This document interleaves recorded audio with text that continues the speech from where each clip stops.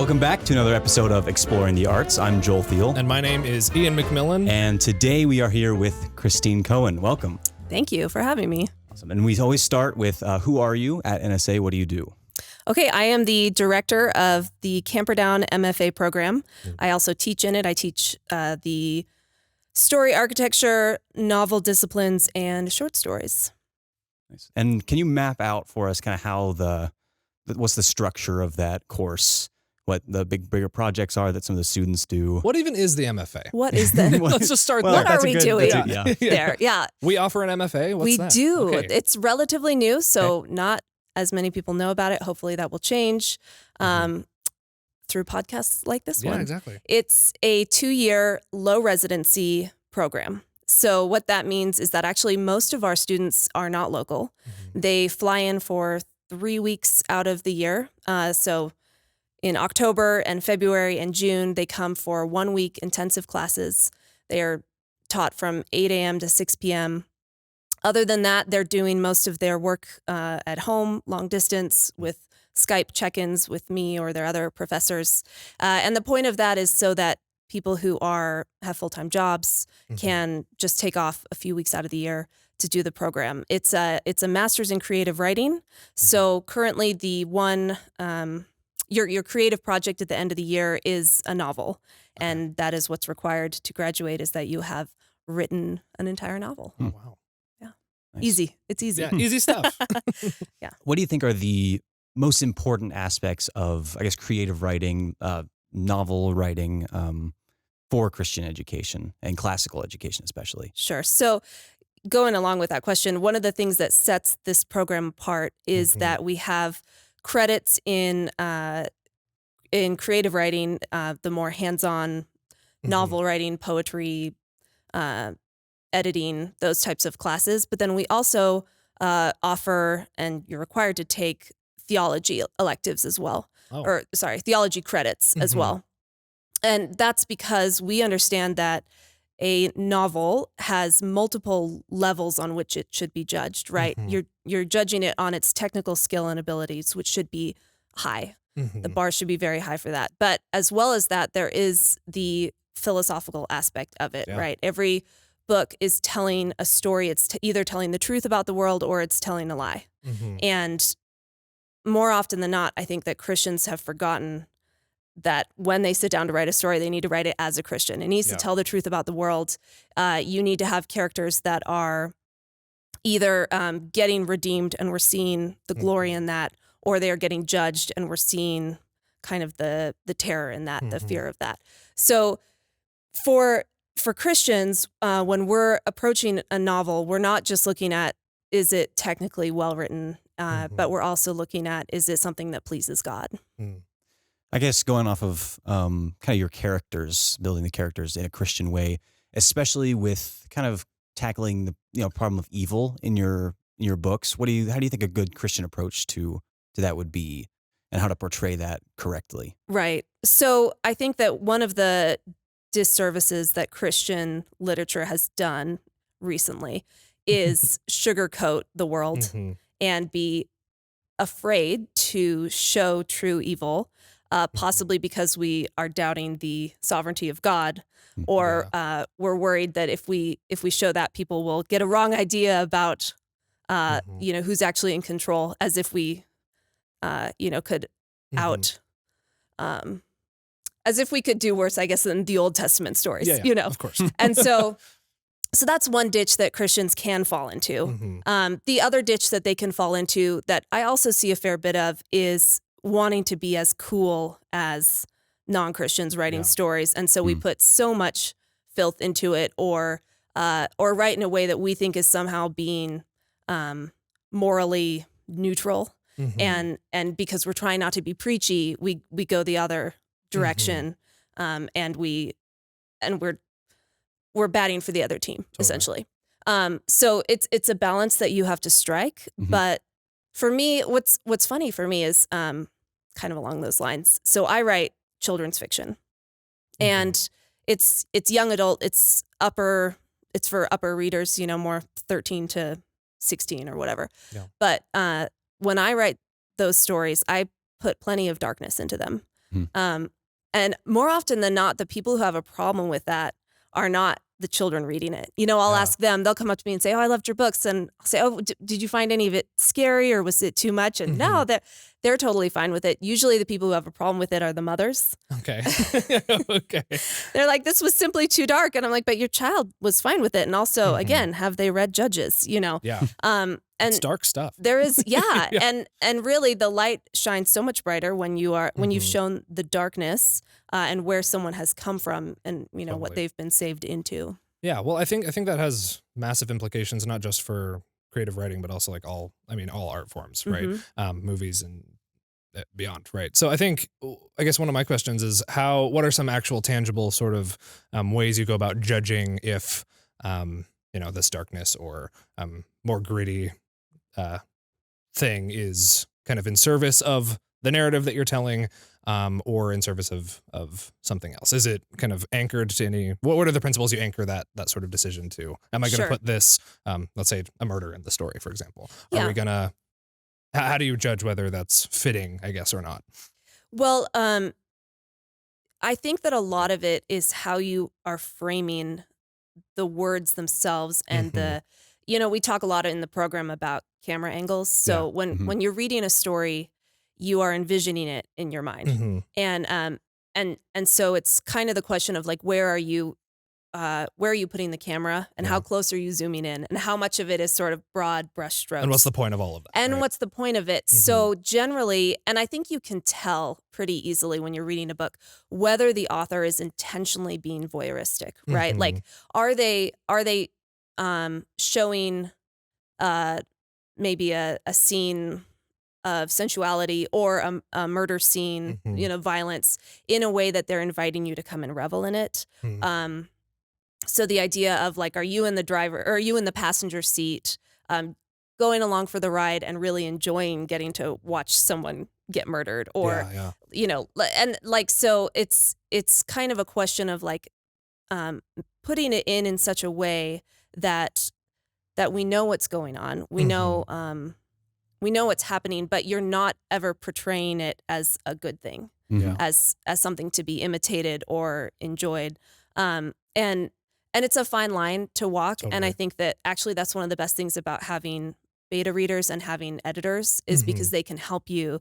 You're writing a scene and you're putting in a certain amount of description or you're putting the camera in a certain way. And you can have someone say like, hey, this is where it took my mind to. This is what I envisioned. And then you can pull back or you can having add the more. wrong effect. Yeah, exactly. So it's just making sure that you have that right effect. And honestly, with good literature, a lot of times saying less is more effective. And so that's something I do with my students is I have them read books where the author has said very little and conveyed a whole lot through allowing the reader to use their imagination. And I think that's another great way to handle more delicate subjects. And similar to that, I was taking a class earlier this year with taught by Doug Wilson. Funnily enough, it was appreciation of the blues, and we ended up which was a fun class, but we ended up talking about horror movies just as a topic of conversation. He said one thing he doesn't like is when it's the camera angle is like from the perspective of the villain.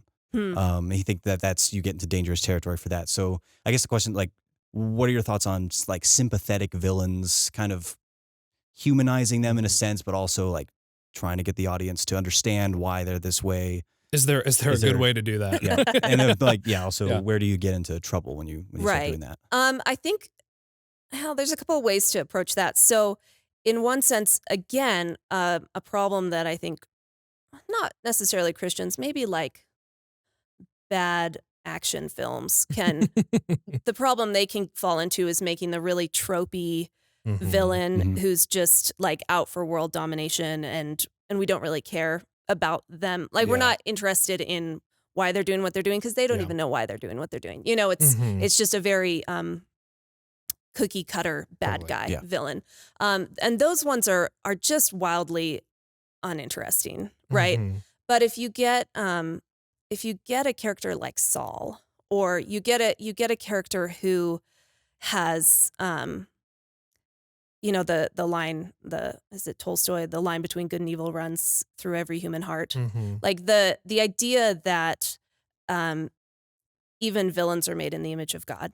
Mhm. And so I think the duty of a good writer is to find the humanity in the villains and portray them in a way that we know you are still passing judgment on them as a character, right? Like we're not explaining away what they've done, but you can understand in some sense where they're coming from. Yeah. And I think that's a really compelling villain, is somebody that you can kind of see a little bit of yourself in. Like, oh, if I took this sin and I ran with it, like if I didn't, there but for the grace of God, right? If I didn't control that particular desire, I could see how I would end up that way. And it causes you to have, I guess, a little bit of, I suppose you would say a little bit of compassion, because there is that feeling of like, what if only they could be redeemed, you know? And in some stories they are, and in some stories they aren't, and you get to say amen to the justice of them getting their deserts. Yeah. But again, it just creates, I think, a much more satisfying and three-dimensional novel. Totally. Well, and that's super interesting to think about, like the different ways that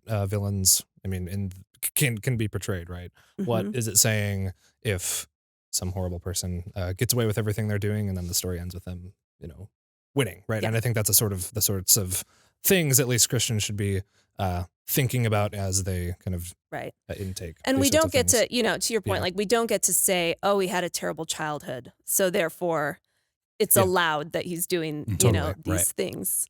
But at the end of the day, for instance, a lot of serial killers did have a terrible childhood. And so there is a truth to that, while at the same time not allowing that victim status to excuse anything.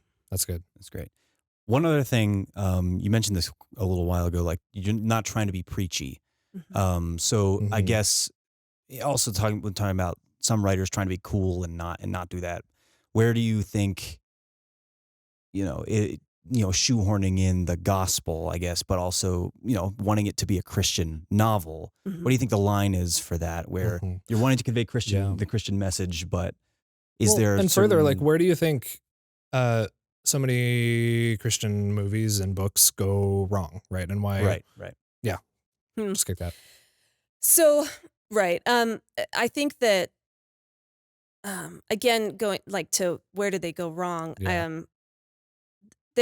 It's not as if to say you couldn't have a story with a wonderful Christian father who's a pastor, and like the element of praying at the dinner table and going to church, and like that in and of itself, I'm not saying is like a thing you shouldn't have in your stories.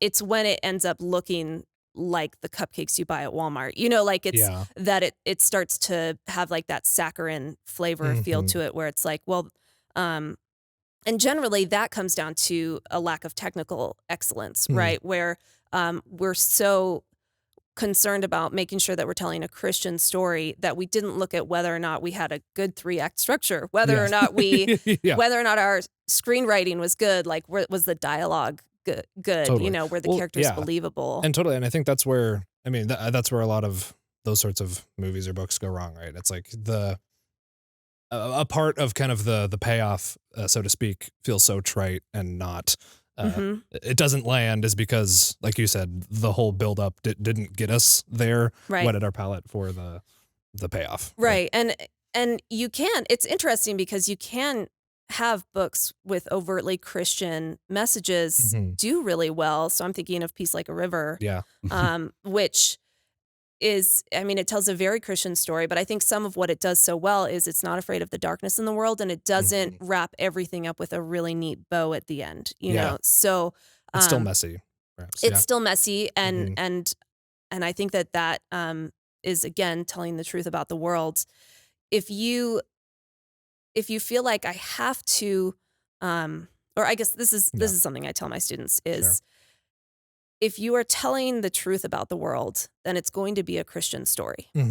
So could you write a story about a tribe in, Central America or South America that has never met Jesus, has never been introduced to the gospel? Could you tell a story about that tribe in which you're not even mentioning Jesus, because he has not come to that, there haven't been missionaries yet, and have it be a Christian story. Mm-hmm. It's like, of course you could, right? Because it's a story that's true, that's in this world that we live in.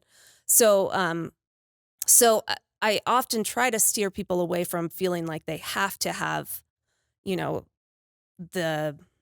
everyone praying right before dinner, or somebody saying, you know, well, what's the Holy Spirit telling us to do? Or, you know, because I think we can really just rest in the fact that the whole world is God haunted, and we can tell a story that's really good and true and beautiful just by pointing to things that that God has pointed to. That's awesome. That's great. I guess changing gears a little bit, talking about you. This is your first year in the MFA program, directing it at least. So what has kind of your experience been taking control of that? Any changes? Absolute power goes to the head. Crazy. Yeah. Like, you know, what you're working on, trying to, I guess, improve, but sure. Wanting to work on. Yeah. So last year was my first year teaching in the program. So that was kind of in the interim season when they were looking for a new director. I was teaching the story architecture class. And then I took over, sometime in the summer. And one of the things that I am really hoping to kind of solidify and make a repeatable process for the students is requiring a finished novel at the end of the program. So before, when I went through it, I don't think that was necessarily required. Like, we had to hit a certain word count. But for me, I know this because I've talked to many aspiring writers. The hardest thing in the world is hitting the end, is crossing the finish line of getting through that first draft. So many people have a wonderful idea for a novel, and when they think of it, it's this bright, shiny, perfect idea in their head. And then they start writing and it looks like a preschooler drawing an elephant. You know, like it does not translate from the head to the page the way they were expecting it. And they get discouraged, generally about like halfway mark. You know, there's like a brief honeymoon phase when you're writing where the first 10,000 words sound great. And you're like, yes, this is going just the way I want it to. And then you hit a point where either the muse is not coming, you're starting to notice all the problems with it, or you just are starting to realize like this is actually really work. And so that's the place where most people quit. And then they start over with a new bright and shiny idea. And that was what I wanted to avoid happening, because there's something that happens. I think there's a mindset shift that happens when you cross the finish line even once, where you realize like, okay, I can do this. And I think it also makes that project and future projects less precious to you, because you realize, okay, I did it once, I can do it again. Even if I throw this particular project away, I can write another one and it'll be better, and I'll have learned from that first project. So the way it works now, the way I've kind of stacked things is that year one in the program, you're learning more broader brushstrokes and more tools about writing, about plot, about character development, what makes a really satisfying ending, how to maintain tension in the middle of the novel, those types of things. And you're thinking about what your second year project is going to be, and you're brainstorming it, you're bouncing ideas off of me and off of your other classmates. And then at the end of year one, you get the green light to go, you're assigned a thesis advisor, and you start writing. So then year two, you are just putting in the hours. You're getting your 60,000 words or however long your novel is going to be written by the last residency of that second year. And then you have a few months to do revisions on it. And then hopefully the other thing that I'm hoping to get people sent off out of the program with a really good query letter. So the query letter is essentially your pitch to a publication company or to an agent if you're trying to get a literary agent.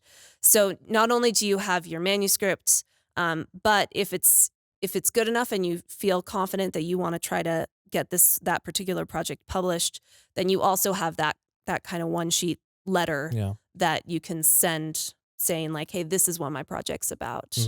So kind of building off of that, what would you say is the overarching goal of the MFA? Go ahead. Yeah. Well, so one of the goals is, of course, just to teach someone how to finish a novel and how to do at least one round of edits on it. And then hopefully it is to graduate students who, once they have that model in their mind of how to write a novel and the skills to do it again, that they'll keep writing and eventually go on to get published. So we're not wanting to just get people an MFA in creative writing so that they write better and now they can go home and write, as a hobby every so often. Like we really are looking, because we believe that the world needs more good stories.